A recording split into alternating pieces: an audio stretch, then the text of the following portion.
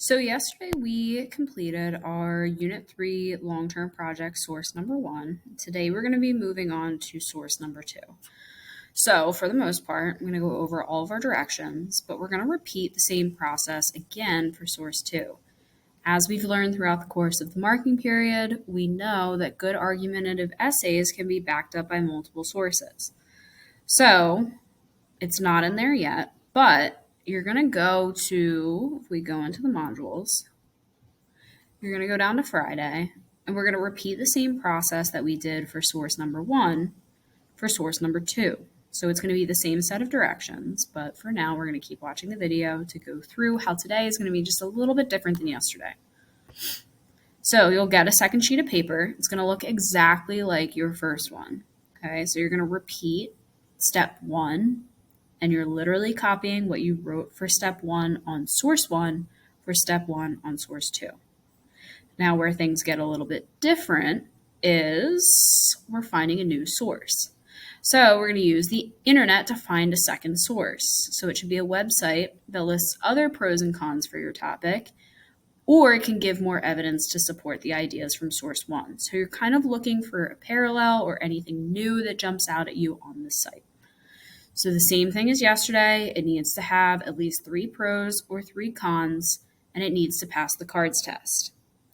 So when I went in, I changed up the way that I Googled pros and cons of school uniforms. This time I added articles. So again, I see my article from yesterday, procon.org. If your source is pretty reliable, you should see yours up at the top too. Under there, the next best thing to look at is number 2. So I see it's theweek.com. It looks like it's an article. So far, it looks pretty official. We're going to click on it. And then we're going to run just a quick little cards test. You are going to complete the cards test sheet. I'm just going to go through quickly to see if it passes it. So I see that there's some ads, but for the most part, they're at the top. They're out of the way. If I'm looking through here, I see there's a picture. It relates to the article, the pros and cons of school uniforms. Down here, it has an author. It was published within the last year, so everything is up to date. As we go, there's not a whole lot going on in terms of ads. There are obviously some, but for the most part, they're out of the way. I see that it has pros and cons, which is awesome. This one has a different con than my last article. This one kind of talks about the financial burden that uniforms can cost on families. A different pro, it promotes equality and inclusion. So I'm already seeing a couple of different things. If I go through here, there are some that are similar. So if I'm using this source in my essay, I could pull from both of them if I want to focus one of my reasons on discipline and focus. So far, it looks like this does pass the cards test. It gives some information about the author. So we know that that also passed the cards test. If I go down to the bottom, I can see my copyright date. So overall, this looks like it would be a good source.